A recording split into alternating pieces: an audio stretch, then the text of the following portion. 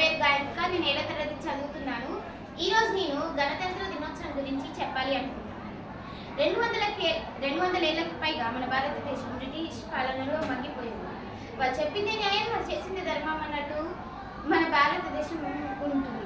కానీ బ్రిటిష్ వాళ్ళు వెళ్ళిపోయిన తర్వాత మన భారతదేశాన్ని ఎవరు పాలిస్తారనే ప్రశ్న ప్రతి ఒక్కరిలో వచ్చింది. వారు చూపించిన క్రూరత్వానికి మన భారతదేశ ప్రజలు ఎంతో బాధపడ్డారు. పన్నుల పేరుతో మన భారతదేశాన్ని ఆక్రమించుకున్నారు.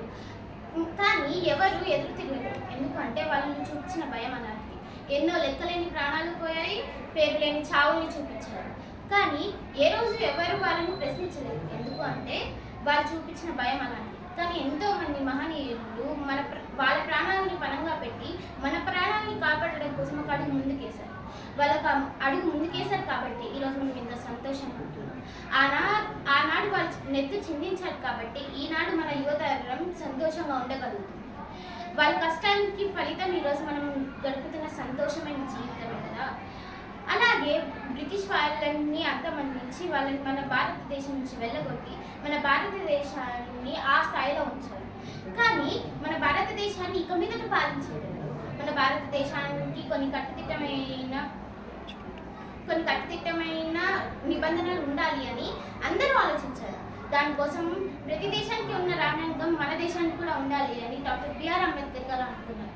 ప్రతి దేశానికి వెళ్ళి ఆ దేశంలో ఉన్న నిబంధనలని తెలుసుకుని ప్రతి దేశం నుంచి ఒక నిబంధనను తెచ్చి మన దేశంలో మన రాజ్యాంగంలో దాన్ని ఏర్పరిచారు. 26వ జనవరిన ఆ రాజ్యాంగాన్ని పూర్తి చేసి మనకు అందించారు. అందుకే ఈ రోజుని మనం గణతంత్ర దినోత్సవంగా జరుపుకుంటాం. ఈరోజు మనందరికీ చాలా గొప్ప రోజు. స్వాతంత్ర దినోత్సవం తర్వాత మనం అంత గొప్పగా జరుపుకునే మన జాతీయ పండుగ ఇది. దీన్ని అందరం చాలా గొప్పగా జరుపుకోబోతున్నాం కూడా.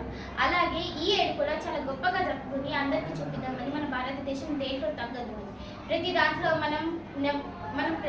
మనం మొదటి స్థానంలో ఉంటామని అందరికీ చూపిద్దాం. ధన్యవాదాలు.